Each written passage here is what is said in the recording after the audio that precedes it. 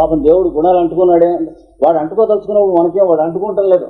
ఇక్కడ చూసాం, వీడు నిర్గుణుడు, వీడు కళ్యాణ గుణుడు, వీడు దుర్గుణాలు సగుణాలు అన్ని కలిసినటువంటి జీవుడు. కనుక 3 స్టేట్స్ లో ఉన్నదండి ఈ మొత్తం అంతా కూడాను అస్తిత్వం. ఇది లోయర్, దీన్ని ధ్యానం చేయాలి. ఇక్కడ ఉన్న జీవులంతా ఈ స్థితికి రావటానికి ధ్యానం చేస్తే ఈ స్థితి వస్తుంది. కనుక ఇది నిర్గుణ పరబ్రహ్మం. మనం కళ్యాణ గుణాలు ధ్యానం చేస్తే సగుణ పరబ్రహ్మమే కదా.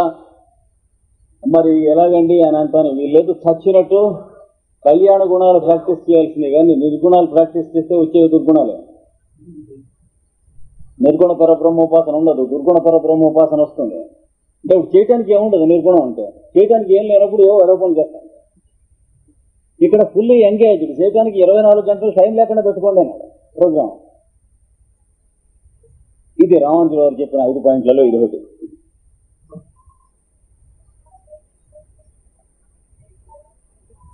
మరి ఇదంతా మరి ఆ మిథ్యే కదండి, మారుతూ ఉంది కదండి అన్నారు. అద్వైతంలో ప్రశ్న అంటే అయితే ఇదంతా మిథ్య, ఇదంతా సత్యం. కానీ వేదం ఏం చేస్తుంది, నువ్వు చెప్తున్న సత్యం, నువ్వు చెప్తున్న మిథ్యం మొత్తం కలిసి సత్యం అంటే సత్యంచ అమృతంచ అభిసత్యం అభవతు. ఇది సత్యంలో భాగం కాకపోతే ఇది దేవుడు అంతర్యామిత్వంలోది కాదా? కాకపోతే ఇది దేవుడు ఏమిటి దేవా, ఇంకా మా అంతర్యామిత్వానికి బొక్క పెట్టారండి అన్నట్టు. వాడికి అంతర్యామి ఏమిటి, ఇంకా ఇందులో మేము మా రాజ్యం అండి, ఇందులో మేము లాభం లేదు, వీఆర్ నాట్ అంతర్యామి ఎందేసి అంటే సరే స్వామి మీరు ఎక్కడే కూర్చోండి. ఇది ఒకటి రామానుజుల వారు కూర్చున్నటువంటి వాటి పాయింట్లో. కనుక సత్యము అసత్యము కలిసి సత్యం అవుతుంది అన్నారు కదా. కనుక మీరు చెప్పినటువంటి నిర్గుణము, మీరు చెప్పినటువంటి కళ్యాణ గుణము, సగుణము అంతా కలిసి పరబ్రహ్మము యొక్క స్వరూపము. ఇది ఒక పాయింట్. అందుకని లేదు ఇది పనికిరాదని మీరు అంటారా? శంకరాచార్య వారు ఇది పనికిరాదనే బోధించారు. ఆ ఒక్క పాయింట్ మీరు సర్దుకోండి అన్నాడు రామానుజులు. ఏం చేతంటే ఇదంతా మిథ్య అంటున్నారా? అలా అయితే ఆ అంటున్నటువంటి గురువు గారైన తమరు మిథ్య, తమరు చెప్పిన సిద్ధాంతం కూడా మిథ్య అన్నాడు. ఆచార్యో మిథ్య, ఉపాసనం మిథ్య రామానుజుల వారు చెప్పారు. అనవలసి వస్తుంది తమని అన్నాడు. ఏది మీరు చెప్పిన సిద్ధాంతం మీకు అప్లై చేస్తే ఈ ముక్కలు అనవలసి వస్తుంది కనుక తమకు మేము కుర్చీ వేశాం కనుక అది తీసేయమని అనకండి అన్నాడు.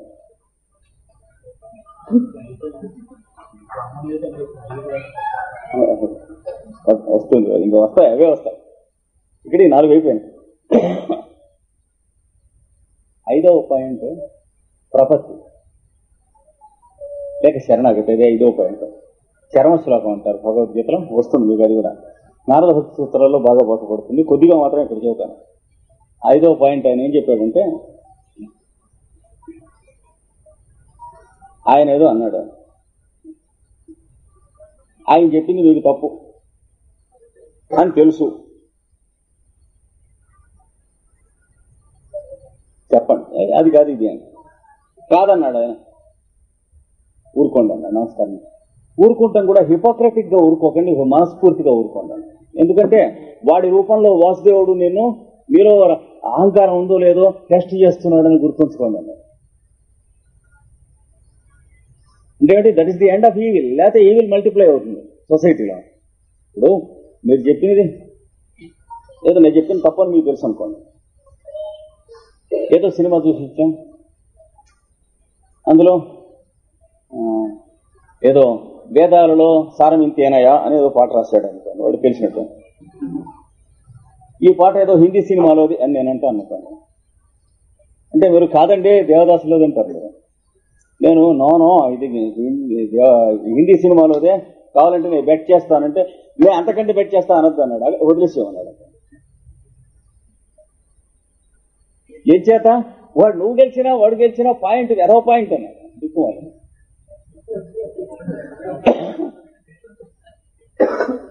వాడు గెలిస్తే ఎంత ఫూల్, నువ్వు గెలిచినా అంతే ఫూల్ అవుతావు, వదిలేసేయండి. అంటే చాలా పెద్ద పాయింట్ అది. ఇందులో ఎవడు గెలిచినా సన్నాసి ముండా కొడుకుంది లెక్క. పాయింట్ అలాంటిది. ఎప్పుడైతే ఆర్గ్యుమెంట్ వచ్చిందో ఆర్గ్యుమెంట్ లో గెలిచాడంటే వాడు గెలిచిన ఒకటి వీడు గెలిచిన ఒకటి అన్నాడు. అందుకని సత్యం ఇద్దరిలో అంతర్యామిగా ఉంటున్నప్పుడు నువ్వు ఒక ఆర్గ్యుమెంట్ పెట్టి పెక్కబోక అన్నాడు. నీకు సత్యం అని తెలిసినప్పుడు భగవంతుడు చెప్పన్నాడు కానీ చెప్పు. ఎట చెబుతావా నీకు తెలిసినా అంటే నాకు తెలిసినంత వరకండి పెద్దల వల్ల విన్నాను. సరే అయితే నోరు మూసుకూరుకో అంటే తప్పకుండా ఊరుకుంటాను అన్నాడు. అంటే అలా అనగలవో లేదో, నీలో అహంకార మమకారాలు నువ్వు పోగొట్టుకున్నావో లేవో, అది పరీక్ష చేయడానికి వాసుదేవుడు వాడి రూపంలో నిరంతరం సతాయిస్తూ ఉంటాడు, గుర్తుంచుకోండి. ఇది 5వ పాయింట్ రామానుజుల గారు చెప్పింది. కొంచెం బాగా కష్టమైన పాయింట్ ఇది. సర్వధర్మాన్ని పరిత్యజ్య అనే మాటకి అర్థం అంటే ఇందులో ఉన్నటువంటి అంతర్యామికి శరణాగతి చెందవలసింది. అది ఆయన అన్నారు.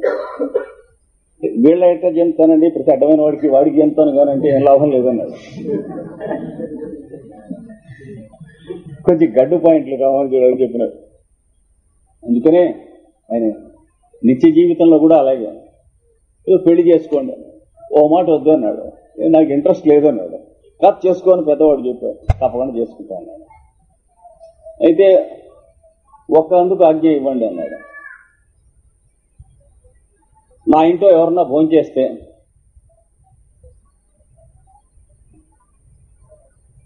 బ్రాహ్మణుడైనా సరే వాడు హరిజనుడైనా సరే, అంటే హరిజనుడు ఈ రోజున పొలిటికల్ గా పవర్ఫుల్ కాబట్టి అని కాదు, ఆ రోజుల్లో హరిజనుడు అంటే చాలా నీచంగా చూసేవాళ్ళు. వాడైనా సరే వీడైనా సరే ఎవరైనా సరే నా ఇంట్లో భోజనం చేస్తే ఎవడి చేత అయినా సరే ఆ భోజనం చేసిన వాడి చేత విస్తరెత్తించినట్లయితే మీ అమ్మాయిని నేను ఆ రోజు నుంచి గృహస్థాశ్రమం విడిచిపెట్టేస్తాను. మరి దీనికి నాకు అనుజ్ఞ ఇస్తే వివాహం చేసుకుంటానన్నాడు. కానీ సరే కొంతకాలం జరిగిన తర్వాత ఒక రోజున వచ్చేటికి వాడు ఎవడి చేతను శూద్రుడు వాడు భోజనం చేశాక ఎత్తిస్తోంది. చూశాడు. చూసి ఈ 2వ తడవ ఇంకా నేను గృహస్థాశ్రమంలో ఉండలేను, ఒక్క మాట నేను ఊరుకోగలను. మళ్ళా 4-5 ఏళ్ళు అయిన తర్వాత 2వ మాట దృశ్యం వాకిట్లో చూశాడు. అక్కడి నుంచి అట్లా నమస్కారం చేసి అటు వెళ్ళిపోయి ఆశ్రమం స్థాపించుకున్నాడు. యతీశ్వరుడు అయిపోయినాడు. అంటే ప్రాక్టికల్ లైఫ్ లో ఆవిడ్ని ఏమనలేదు. నా అంత గురువుగారి భార్య ఏమిటి బుద్ధి లేదని వీడియో నేనేమన్నా డిసైడ్ చేసేందుకని ఆవిడ బుద్ధి ఉందో లేదో అది వాడి పాయింట్, రామానుజుల వారి పాయింట్. చూసారా, అది శరణాగతి అనేటువంటి మాట కోసం ఈ అర్థాన్ని వివరించి చెప్పాడు అష్టాక్షరి అనేటువంటి మంత్రానికి. అంతకుముందు ఇంకేవో అర్థాలు చెబుతూ ఉండేవాడు. ఎప్పుడో రామానుజుల వారి జీవితాన్ని గురించి వచ్చినప్పుడు చెప్తున్నాం. మొత్తానికి ఇవి కళ్యాణ గుణములు, వీటిని ధ్యానం చేయాలి. భగవద్గీతలో కూడా మీకు అవే చెప్పాడు. ఏది ఆచార్యోపాసనం చేయవతో ఎండ్ చేశాడు అన్నీ చెప్పి. అలాగే దైవ సంపత్తి ఎట్లా ఉంటుందో అవే చెప్పాడు. అదృష్టవశాత్తు నువ్వు దైవ సంపత్తి గలవాడు అన్నాడు అర్జునుడు. అంచేత నేను చెబితే నువ్వు వింటా ఉంది, లేకపోతే నీ మొహం నువ్వేం చెప్తావు అనేవాడువే అన్నాడు. ఇది ధ్యానం చేసేటువంటిది. కనుక మఠం వేసుకుని యోగాభ్యాసంలో ధ్యానం చేయడానికి కూర్చున్నవాడు ఎవడో కూడాను అద్వైతోపాసన చేయకండి. అద్వైతం సిద్ధి వచ్చే సిద్ధి పేరు అద్వైతం, కానీ చేసే సాధన పేరు విశిష్ట అద్వైతం. మీరు ఒకటి చెప్పింది అంటే అద్వైతమే కానీ విశిష్టం కొంత ఉంది అన్నాడు. అంటే క్వాలిఫైడ్ మోనిజం. అది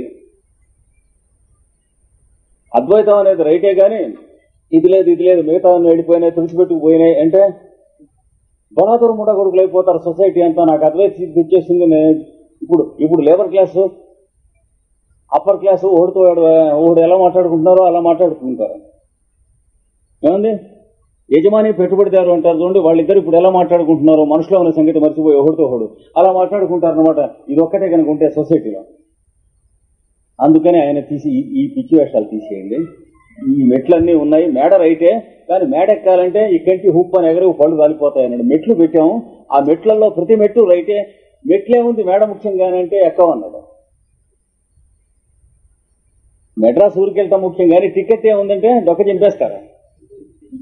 రైల్లో ఎక్కితే టికెట్ లెక్కే ఉందండి, మెడ్రాస్ ముఖ్యంగానంటే వెళ్ళలేరు. కానీ ఊళ్ళో అతంత్రంగా దింపేస్తారు. అందుకని ఇందులో ప్రతి మెట్టు కూడా మేడలో భాగమే, నీ ఆరోహణ కూడా మేడలో భాగమే. అదే ఆయన చెప్పారు.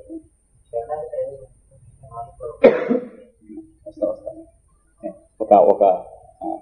ఒక పద్ధతిలో అన్ని దానికోసం వేరే ఒక లెక్చర్లో చూద్దాం. ఇప్పుడు ఇది అభ్యాసం చేసిన తర్వాత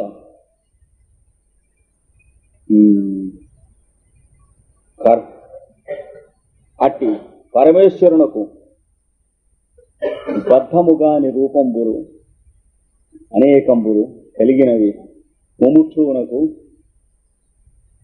జ్ఞానసిద్ధికి పరవ్యూహ విభవాది రూపంబులే చింతనీయంబులు. కనుక ఇందులో వాడి బద్ధ రూపములు ఇవన్నీ కూడా అంటే బద్ధులైన జీవుల రూపాలు. వీళ్ళు బద్ధులైన జీవులు అని ధ్యానం చేయకూడదు. వాడి యొక్క బద్ధులైన బద్ధులైన జీవుల రూపములు అంటే ఏమిటి? అవేమో కదలకుండా ఉన్న తోలుబొమ్మలు, ఇవి కదులుతున్న తోలుబొమ్మలు అని తోలుబొమ్మలు అట్లా మనం ఎట్లయితే అనుకుంటాం, వీటికి ఎగ్జిస్టెన్స్ ఇవ్వకండి. అంటే వీళ్ళందరూ బద్ధులు అంటే వీళ్ళకి ఎగ్జిస్టెన్స్ ఇచ్చాం. మనం మోక్షం వచ్చిన వాళ్ళం, వీళ్ళందరూ బంధం వచ్చినటువంటి వాళ్ళు పోయేవాళ్ళు అవుతున్నప్పుడు మనం నరకానికి వెళ్ళిపోతాం అముక్క అనుకుంటాం. అందుకని ఆయన యొక్క రూపములలో ఇవి బద్ధ రూపములు. మనం అంతా కూడా అంటే బంధనమునందు ఉన్న రూపములు. అంటే కథ ఉందనుకోండి, కథలో నాటకం ఉందనుకోండి, నాటకంలో ఒక రాజు గారి దగ్గర కొన్ని లక్షల మంది చెరసాల్లో ఉన్నటువంటి వాళ్ళు ఉన్నారు అని కథ ఉందనుకోండి. అప్పుడు ఆ చెరసాల్లో ఉన్న వాళ్ళ రూపాన్ని చూపిస్తున్నాడు. నిజంగా చెరసాల్లో ఉన్నవాళ్ళు వాళ్ళు నాటకమే కదా. ఈ జగన్నాటకం కూడా అంతే అన్నాడు, ఈ బద్ధ రూపములు కూడా అంతే అన్నాడు. అలాగూ ధ్యానం చేయాల్సింది. మనం వ్యక్తులను చూస్తూ అజ్ఞానంలో ఉన్న వాళ్ళని చూసినా, కోపంలో ఉన్న వాళ్ళని చూసినా, రోషంలో ఉన్న వాళ్ళని చూసినా, ఈర్ష్యలో ఉన్న వాళ్ళని చూసినా, అసూయలో ఉన్న వాళ్ళని చూసినా, ఇన్ని రూపాలు కూడా వాడి యొక్క బద్ధ రూపములు, లీలామయములైన రూపములుగా చూసి వాటి వల్ల మనం ఇరిటేట్ అవుతున్నామా, వాటి వల్ల మనకు అహంకారం వస్తూ ఉందా, మనం కోపం పడుతున్నామా, చీకాకు పడుతున్నామా, అది మనం చూసుకుంటూ ఉందా.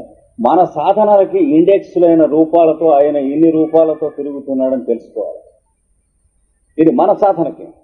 అందుకనే నర్తకుని భంగి పెట్టగు మూర్తులతో ఎవ్వడాడు కుంతిదే అనేది.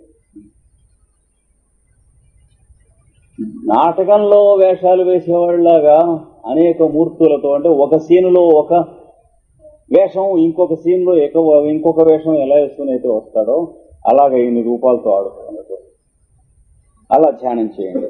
చేసి అనేకంబులు కలిగిన ముముక్షువునకు జ్ఞానసిద్ధికి పరవ్యూహ విభవాది రూపంబులే ఇన్ని రూపములలో కూడా ఇందరినీ చూస్తూ ఉన్న ఈ రూపముల్లో ఏ రూపాన్ని ధ్యానం చేసినా మోక్షం ఇవ్వవు, అదొకటి. కానీ ఈ రూపాల్లో ఎవరిని అజ్ఞానం అనుకున్నా మోక్షం రాదు. ఈ రూపాల్లో ఏ రూపాన్ని ధ్యానం చేసినా వాడితో కామం, క్రోధం, రాగం, ద్వేషం, వాడితో మిత్రత్వం, శత్రుత్వం, భావబంధిత్వం, భార్యత్వం, భర్తృత్వం, కొడుకుత్వం, కూతురుత్వం మిగులుతుంది. కానీ ఈ దరిద్రం మిగులుతుంది, కానీ ఇంకేం మిగలదు. కొన్ని సటిల్ పాయింట్స్ చెబుతున్నాడు ఇక్కడ. ఇందులో ఏ రూపాన్ని తిట్టుకున్నా మోక్షం రాదు, ఏ రూపంలో లోపం చూసినా మోక్షం రాదు, ఏ రూపాన్ని ధ్యానం చేసినా మోక్షం రాదు. వీటిలో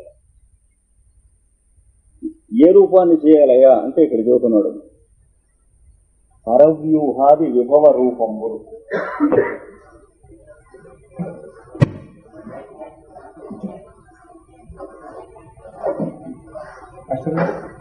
కళ్యాణ గుణాల్లో సత్య సంకల్పం, సత్య కామతని తేడా. కళ్యాణ గుణాల్లో సత్య కామత, సత్య సంకల్పం. సత్య కామత అంటే సత్యాన్ని కావాలని కోరటం, సత్య సంకల్పం అంటే సత్యాన్ని జరగాలని చెప్పి ఇనిషియేటివ్ తీసుకుంటాం, వర్క్ కార్యరూపంతరించేది. రెండు పక్క పక్కనే వేస్తాడు. ఎక్కడ వేసిన రామానుజుల స్వామిని సత్యకామ సత్య సంకల్ప దాని పక్కన ఎదుగుతుంది. శరణాగతి గద్య కనుక మీరు చదివినట్లయితే గద్యత్రయాన్ని 3 గద్యాలు రాశాడు. శరణాగతి గద్య అంటే ఈ విష్ణు శక్తి అన్నాడు చూడండి, ఆవిడికి శరణాగతి చెందడం పేరు శరణాగతి గద్య.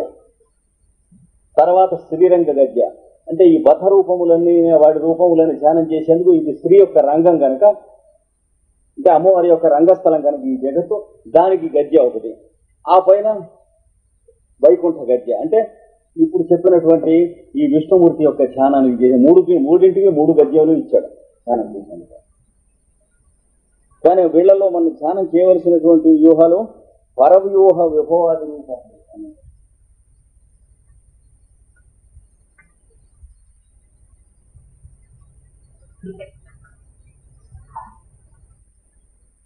పరవ్యూహ విభవాది రూపంలో ధ్యానం చేయాలండి. అంటే ఏంటి?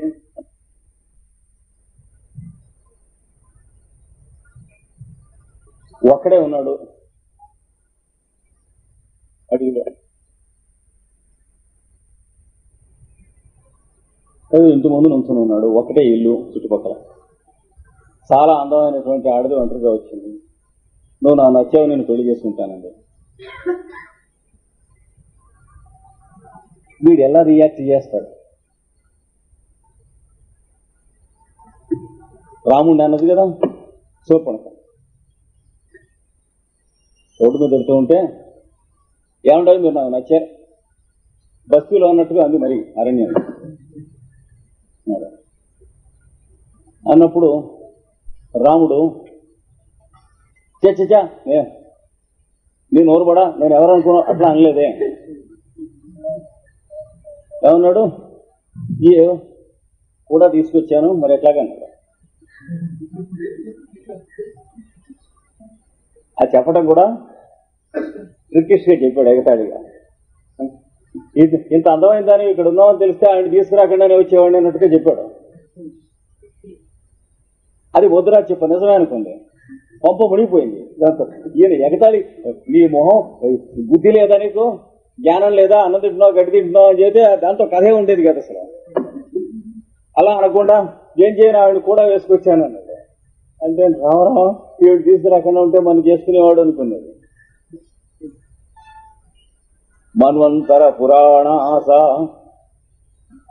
కిందటి మన్వంతరంలోదిరా ఇది, దీని వయస్సు ఎంత, దీని బతుకు చెడా అన్నాడు. ఎవరు?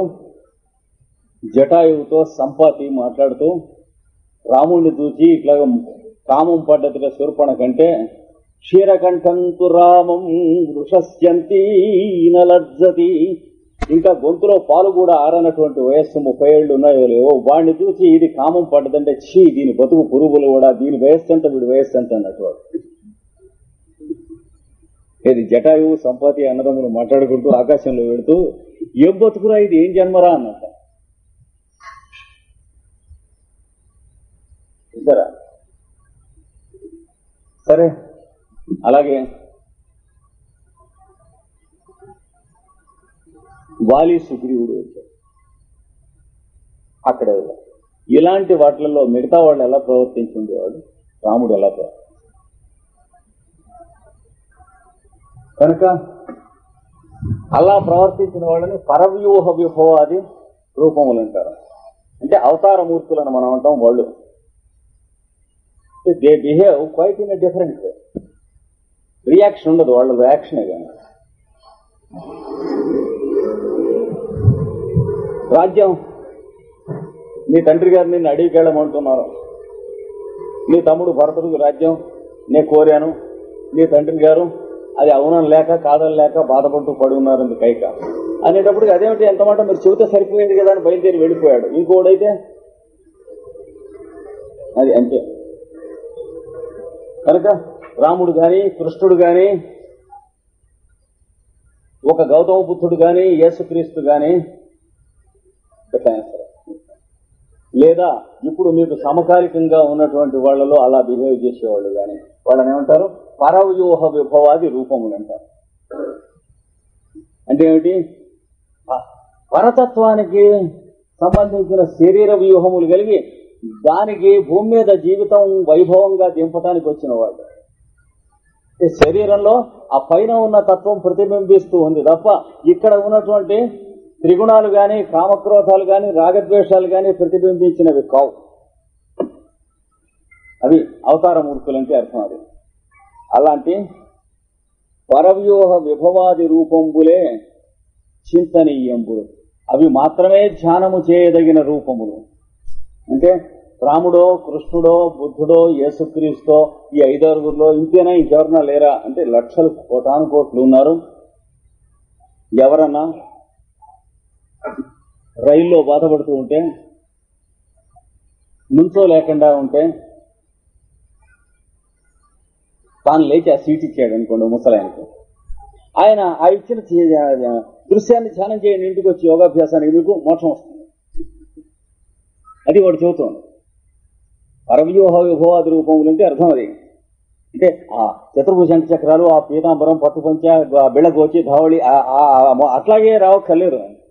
లేదా ఆ బెత్లెహేం నగరంలోనే మళ్ళీ పుట్టి ఆ గొడ్లపాకలోనే అలా అక్కర్లేదు. ఏమండి 4 చేతులు ఉన్నాయో లేదో లెక్కెట్టి అది కాదు, పరవ్యూహం కావాలి వాడి దగ్గర, అది కావాల్సింది. తను భోంచేద్దామని కూర్చున్నాడు, వాడు ఎవడికో మొహం తిరిగి శోష వస్తూ ఉంది. అసలు ఇంకో 2-3 గంటలు మనం ఉండలేమా, వీడు పెట్టేసాడు భోజనం తినేసేమన్నాడు. ఆ దృశ్యం మీకు కనిపించింది. ఇంటికి వచ్చి అది దాని మీద యోగాభ్యాసం చేయండి, మీకు స్థితి కలుగుతుందో లేదో చూడండి.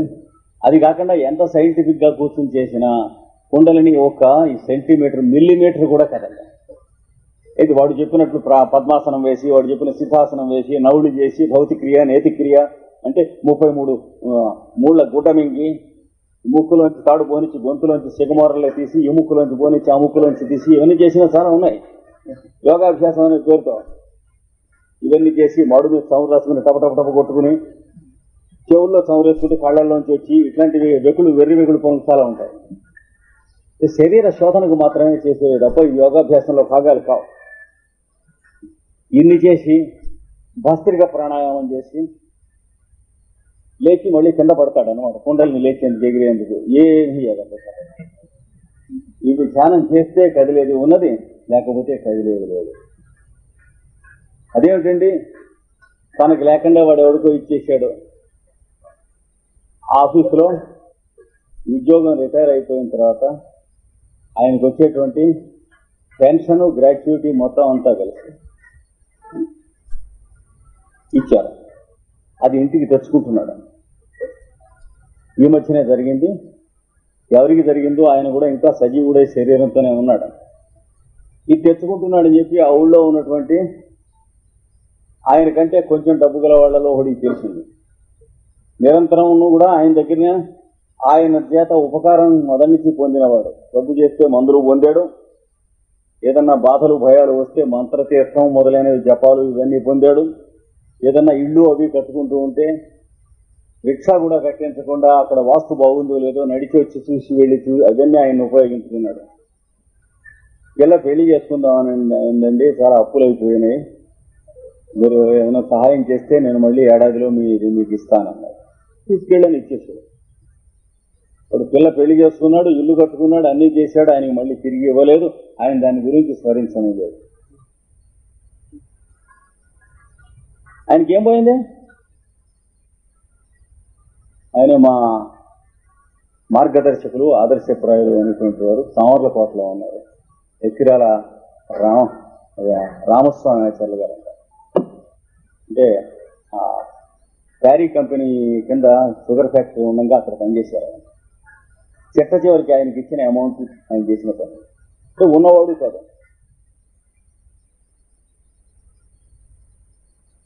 బాధపడ్డవాడు కాదు. తర్వాత వాడు తిరిగి ఇవ్వలేదంటే తిరిగి ఇస్తాడని వాడికి ఇవ్వలే, ఇవ్వడని ఇవ్వలే, ఏమి లేదు. అంటే మనబోటి నాబోటి స్కౌండ్రల్స్ దృష్టిలో అలా వస్తుంది, లేదా తెలివి తక్కువ. అంతే కదా. నాబోటి ఫూల్ని అడిగితే ఏమైనా సమాధానం చెబుతాడు? You must be a fool అంటాడు ఇంగ్లీష్లో. కానీ ఆయన ఏమిటో ఆయనకి తెలియాలి, కానీ మనబోటి అల్పబుద్ధులకు తెలియదు. ఇడ్లీచి తీసే వాళ్ళకి తెలియదు. అంపశయ్య మీద పడుకున్నగా భీష్ముడు అన్నాడు, శ్రీకృష్ణుడు ఏమిటి అవతల అన్నటువంటిది అటుపక్కన వెలుగు మనకి తెలియదు, అది వాడికి తెలియాల్సిందే, మనం ఇటు నుంచి కనిపించినంత వరకు దండం పెడుతున్నాం అన్నాడు. ఏమిటో ఎవడికి దోచింది వాడు అనుకున్నారన్నాడు. దుర్యోధనుడి దగ్గర నుంచి ధృతరాష్ట్రుడి దాకా కృష్ణుడు అంటే ఏమిటో ప్రిన్సిపల్స్ లేదని ఒకడు, క్యారెక్టర్ లేదని ఒకడు, ఎవడికి వచ్చింది వాడు అనుకున్నారు. దానికి ఏమిటి కానీ అక్కడ ఉన్నది ఏమిటి అంటే అక్కడ వాడికి తెలియాల్సిందే కానీ ఇక్కడి నుంచి దండం పెట్టే వాళ్ళకి తెలియదు. అలాంటి వాడికి నమస్కారం అన్నాడు ధర్మరాజుకు ఉపదేశం చేస్తూ. కనుక వాళ్ళు పరమవ్యూహ విభవాది రూపములు అంటే అలాంటి రూపములే చింతనీయందురు, స్మరించదగినటువంటివి ఈ రూపములే సుమా. ఇలాంటి రూపాలని ధ్యానం చేయాలి. కనుక ప్రజ్వలిత శిఖుండగు పవనుండు నిప్పు మండుతూ ఉంటే గాలి గట్టిగా వీచి ఆ గాలి నిప్పుతో గనక కలిసినట్లయితే రగులు కొలుపుతుంది. ఆ రగులు కొనిన మంటతో కూడినటువంటి గాలి నీరస నికుంజంబులను ఎట్లు దహించును. ఎంత పెద్దవైనా సరే ఎండిపోయినటువంటి చెట్ల దుబ్బుల్ని, కర్రల్ని, కొయ్యల్ని, చిరుగుల్ని ఎట్లయితే దహించేస్తాడో అలాగా ఈ విష్ణువు ధ్యానంలో ప్రేరేపణ చేయబడినటువంటి వాడై, పిలవబడినటువంటి వాడై విష్ణుండగు చిత్తస్థుండగు విష్ణుండు యోగి జనంబుల సకల కిల్బిషంబులను నిర్దహించును. మనం కామాన్ని పోగొట్టుకుని, క్రోధాన్ని పోగొట్టుకుని, మన దుర్గుణాన్ని పోగొట్టుకుని ఇంకా తేలినట్లే. వాటితో మనం పేచీ పెట్టుకుంటే లిటిగెంట్లు కోర్టు పక్షం ఉండ కొడుకులతో కోర్టులోకి దిగినట్టు ఇంకా బయటకు వచ్చేది ఏం లేదు. కోర్టు పక్షులని కోర్టు లేకపోతే అన్నం సాయించిన వాళ్ళు, కోర్టు లేకపోతే అన్నం జీర్ణం కాని వాళ్ళు, ఆరోగ్యం ఫెయిల్ అయ్యే వాళ్ళు ఉన్నారు కోర్టుకు వెళ్ళకపోతే. వాళ్లతో ఎవరితోనా పేచీ పెట్టుకుని సరిహద్దులు పేచీల్లో దిగినట్టే ఇంకా బయటకు రావడం ఉండదు. ఏది కామంతో, క్రోధంతో మనం పోట్లాడితే, రాగంతో, ద్వేషంతో, లిటిగెంట్తో పోట్లాడినట్టు. అంచేత వీడిని స్మరిస్తే ఇవన్నీ భస్మపటలం అయిపోతాయి. అది ఒక్కటే మిగులుతుంది. ఆ స్మరించేటువంటి క్రమం వచ్చే శుక్రవారం చెప్పుకున్నాం. స్వస్తి ప్రజా పరిపాలన న్యాయమే శుభమస్య లోకా సమస్త సుఖినో భవంతు.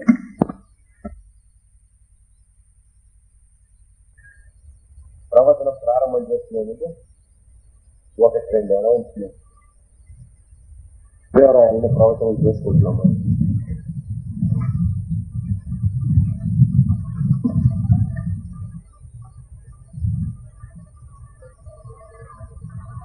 కృష్ణదేవరాయలు చెప్పిన నిర్వచనంలో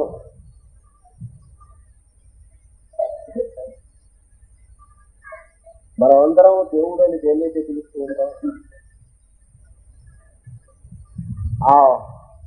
ఆ పదానికి సంబంధించి భక్తితో మనం మనస్సుతో గాని వాక్కుతో గాని ఉచ్చరిస్తే ఆ అర్థం ఎక్కడికి వెళ్ళి ఆగుతుందో దాని నిర్వచనం ఆయన ఇవ్వటానికి ప్రయత్నం చేశాడు. భారత భాగవతాదుల్లో చేసినట్టే మనకి మధ్యన కాల వ్యవధానం కొంత వచ్చింది కనుక మళ్ళా ఒక మాత్రం ఆయన చెప్పిందంతా ఒక 5 నిమిషాల్లో పర్యాలోచన చేసుకుంటాం.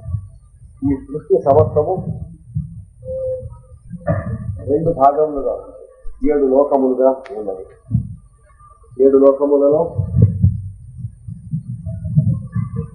భూలోకము ఒకటి,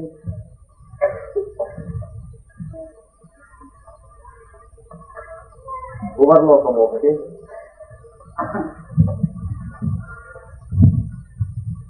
సువర్లోకము ఒకటి, 1, 2, 3, మహర్లోకము 4, జనలోకం 5, తపోలోకము 6.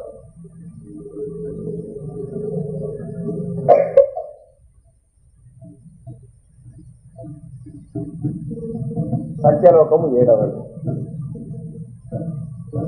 ఇది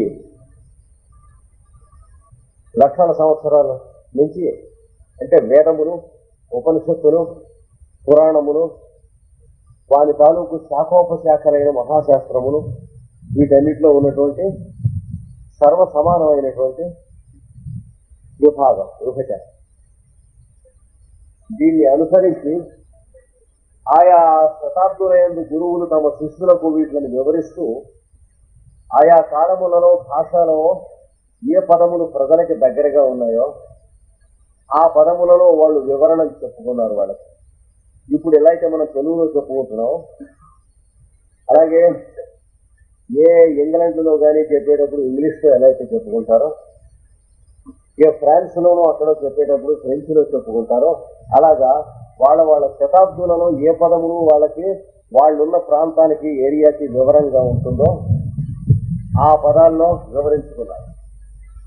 అలా వివరించుకున్నటువంటి వాటిలలో గౌతముడు తన శిష్యులకు వివరించినటువంటి అది భూలోకం. ఇంకా ఇంకొక కూడా ద్రవ్యమైన లోకం, ది ప్లేన్ ఆఫ్ మ్యాటర్. రెండవది ప్రాణమయ లోకం, the plane of force, energy.